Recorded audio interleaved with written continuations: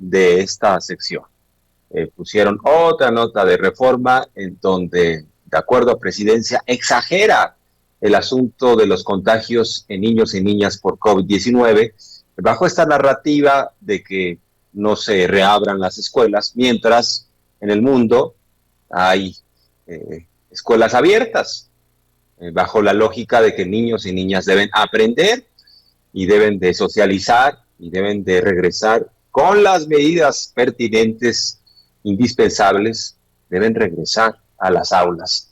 Pero acá en México prácticamente todo se politiza, todo está en medio de una disputa, ¿no? Política, en medio de una disputa de muchas grillas y que tiene que ver con una inconformidad de fondo de un grupo que todo lo que diga López Obrador está mal, de acuerdo a ese grupo que ya tenemos claramente identificado.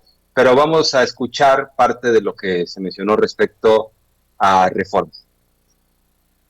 Ahí está la portada, en portada, publicado.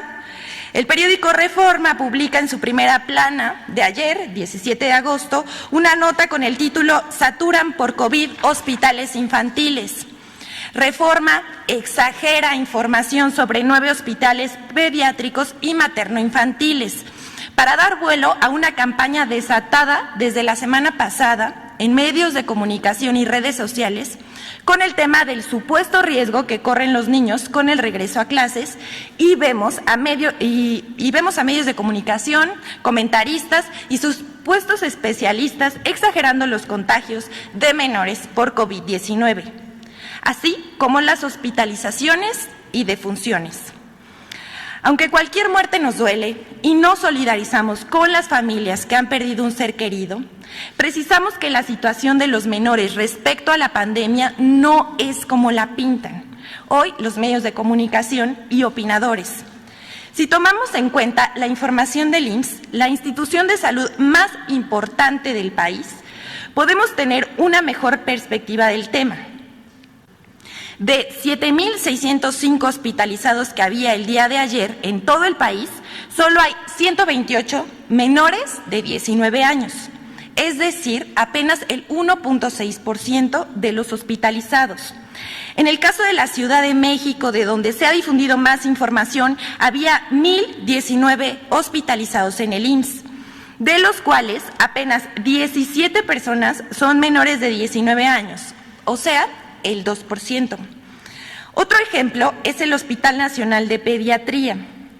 De 168 pacientes hospitalizados, apenas una tercera parte tiene COVID o sospecha de la enfermedad. Aquí vemos el cuadro del IMSS donde nos muestra que apenas el 2% de los hospitalizados son menores de 18 años.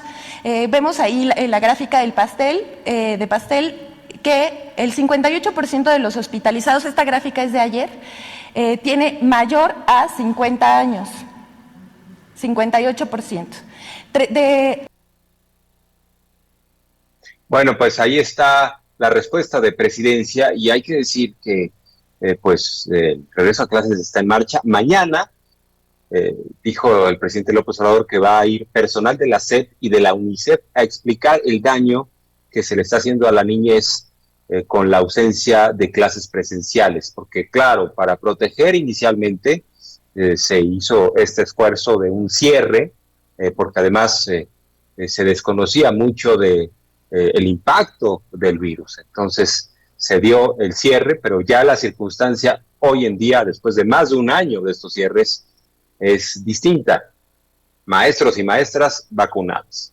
Los adultos, fundamentalmente los que quieren, vacunados. Entonces, son los grupos de riesgo, los adultos y los adultos mayores. Ya están protegidos. Insisto, los que quieren, los que no quieren, pues ni modo que uno les haga manita de puerco, ¿no? Y en este caso, pues los niños y las niñas se contagian porque son seres humanos como cualquier otro, se contagian, pero afortunadamente no generan una enfermedad grave.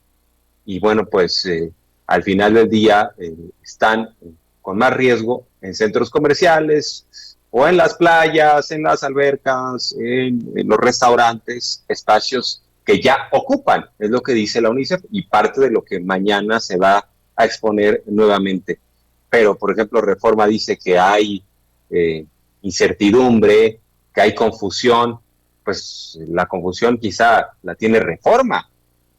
No hay confusión, el regreso a clases es el 30 de agosto. Además, los niños y niñas ya saben cómo cuidarse. O sea, no podemos subestimar a los pequeños, porque ellos ya tienen las medidas muy claras, el cubrebocas, lavarse las manos, el gel, la sana distancia, pero a veces los adultos subestimamos la capacidad de los niños para entender el entorno y su realidad. Y además van a estar bien cuidados por los maestros, por las maestras, por los directivos. Y bueno, pues lo más importante es la educación, porque estoy plenamente convencido de que los mismos que no quieren un regreso a clases van a decir, ya ven, por culpa del señor López hay un retraso en materia educativa. Por culpa del señor López, porque no invirtió en la educación, el señor López invirtió en Dos Bocas, invirtió en el Tren Maya, invirtió en el aeropuerto y no en la educación, y por eso los niños no saben matemáticas, no saben español, no saben historia, no saben geografía. Y no será por culpa del señor López, sino, entre otras cosas, porque hay millones de niños y niñas que no están aprendiendo como deberían, porque es muy importante para este proceso de aprendizaje hacerlo con un dinamismo y hacerlo en la cercanía de las aulas. ¿Cómo aprenden los niños y las niñas? Por imitación, ¿no? Pero si están nada más frente a una computadora y están frente a una maestra que les está tirando un rollo, pues a veces la verdad es que se desconectan y ni pelan. Y es muy importante el proceso de socialización. Así que pues yo creo que debemos apoyar este regreso a clases. Comentar, anduvo